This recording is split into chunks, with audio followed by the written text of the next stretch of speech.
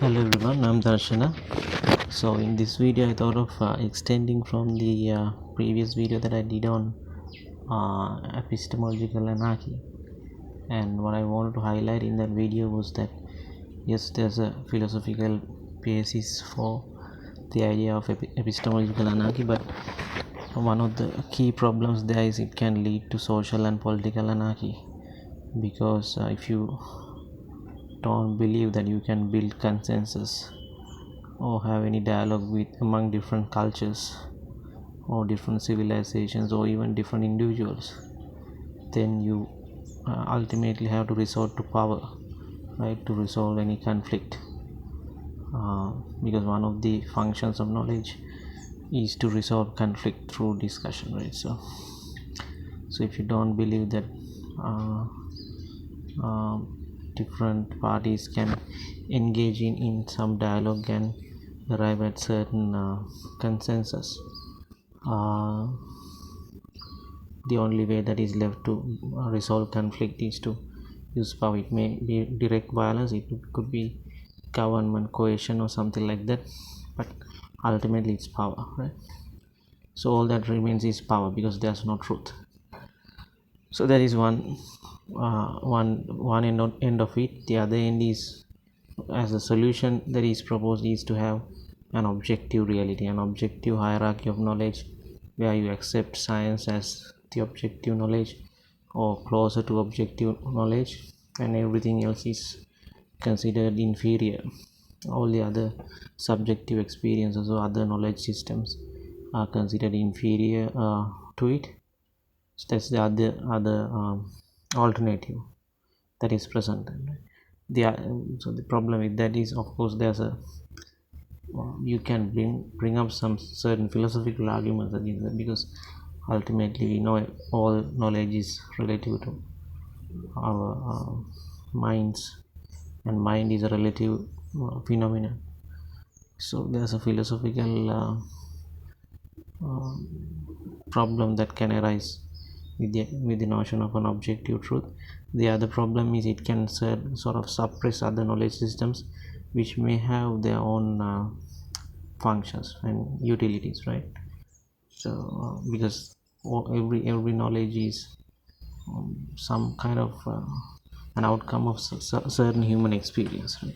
So you kind of undermine that, we might lose out on many useful knowledge systems because of that. Applying that universal hierarchy of knowledge, and it might lead to kind of authoritarian view of knowledge, authoritarian practice of knowledge, where you sort of again use power to suppress other knowledge systems. So on one hand you have anarchy, on one hand you have authoritarianism of knowledge. So how can you build some consensus? I guess the real challenge is to build consensus while accepting that knowledge can be relative, right? Relative to the culture or the individual or the society. How can you yeah so to do that, I think the key idea that can be useful to do that may be the idea of utility, that basically uh,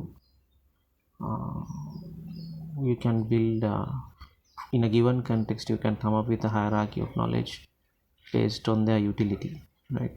For instance, if you take a real world problem like building an aircraft, so there actually you have so it's an engineering problem, and I guess engineers use Newtonian laws and other principles like Bernoulli principle, which operate in Newtonian paradigm, where we consider time and space according to Newtonian paradigm, right? And it works, it gives good results, and more than that, it's in addition it is very efficient. The computations are fairly simple and efficient, and you can run it in a computer and get near real-time results, which is important when you're maneuvering a airplane. So if you take that particular problem, of course the Newtonian paradigm is at the top, right?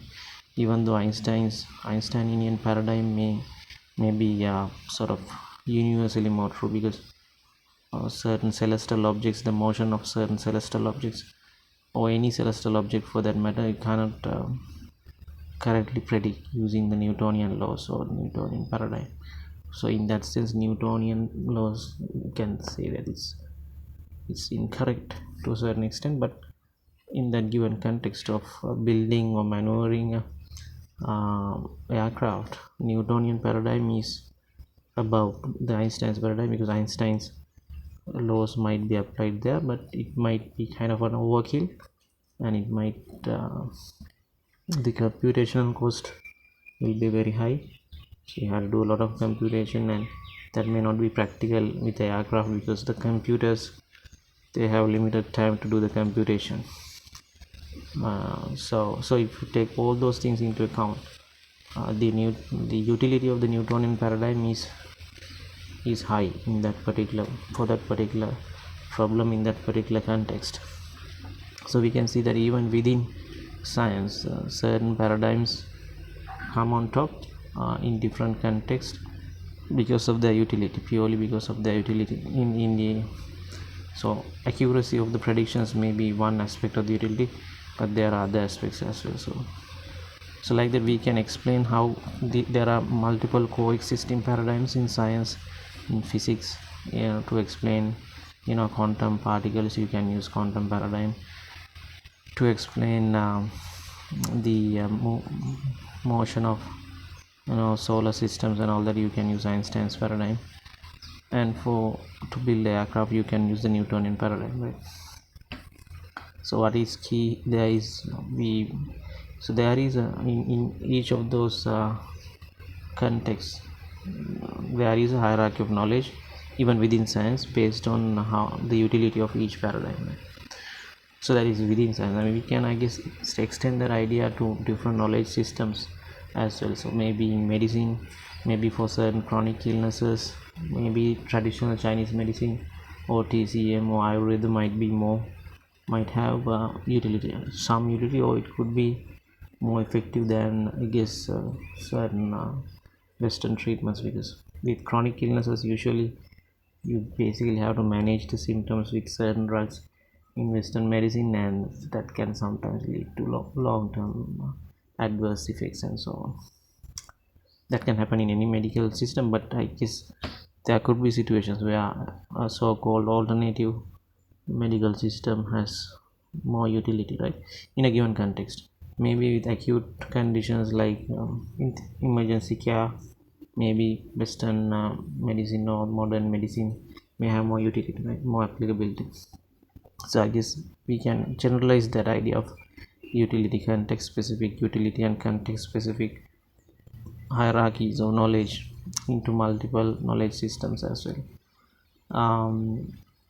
So if I bring an example from politics, so recently in Sri Lanka there was a discussion about the origin of the Tamil people, the historical origins of the Tamil people, because there was some debate in the parliament where one politician claimed that Tamil people, or the Tamil speaking people, were the original inhabitants of the island, and on the other hand, the Sinhalese politicians argued that Sinhalese, I mean, the Tamil people are kind of migrants, and the Sinhalese were the original inhabitants, right? Or the ancestors of the Sinhalese were the original inhabitants, or something like that.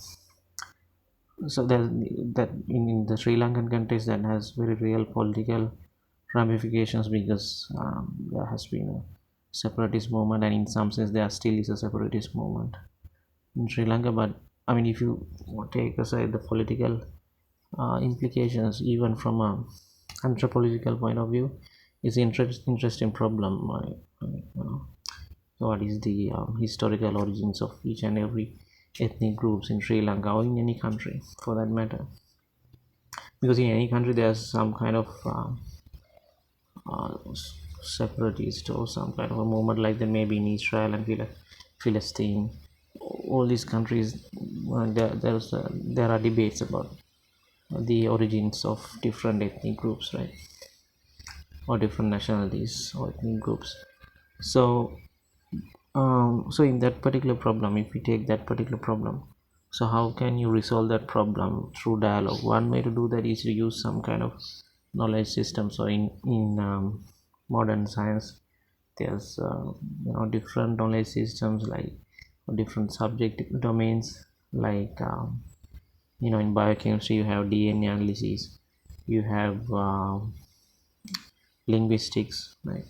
You have archaeology. So all these things, I mean, maybe the Sinhalese people or some of the Sinhalese scholars or the Tamil scholars or Tamil people, they might still think that okay, modern science is relative to Western culture. It's not an objective knowledge, but still I guess we can agree that these different subject domains definitely have a utility in determining a history of or historical origins of a particular ethnic group, right? So that can, I mean, that agreement, that can be a social agreement, which knowledge system to use. I guess two parties with opposing views can come to an agreement. Okay, we'll use maybe DNA analysis or archaeology or anthropology or linguistics or whatever to resolve this conflict, right? It's a conflict, it's not a violent conflict, at least currently. So without resorting to violence, how can you resolve that conflict? Of course, just coming up with a narrative for historical origins may not directly translate into political outcome, but it is nonetheless, it's an important discussion. So that determining the knowledge systems or subject domains that can be applied, that can have some utility to solve a given problem, might be something that people can agree upon. It can be an outcome of a social um, um, can be a social can happen through social interaction. Even if you take this example of building an aircraft, nobody like told the engineers, okay, you have to use Newtonian physics, you can't use Einstein's theories for this problem. It was a social basically through self-organization, through their experience and interacting with each other, people there's an implicit agreement that we can use Newtonian laws and Newtonian paradigm in that particular context, right? It's not something that is imposed by some high authority. So the same thing can happen with other problems or other conflicts, I guess, or other in any context, to solve problems, uh, to understand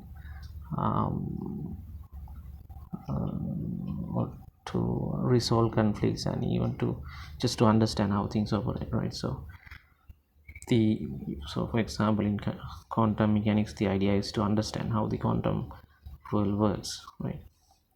So that's basically what I wanted to highlight. I mean, that to resolve the so without resorting to epistemological anarchy, we can still accept the relativism of knowledge, while we can use utility and context specific hierarchies of knowledge, and not a universal hierarchy of knowledge, because that too can lead to conflict. Context specific hierarchies of knowledge, and to build those hierarchies we can use a utility of a particular knowledge system, right? Yeah, that's basically what I want to highlight. And do share your comments in the comment section. See you again with a similar video. Thank you.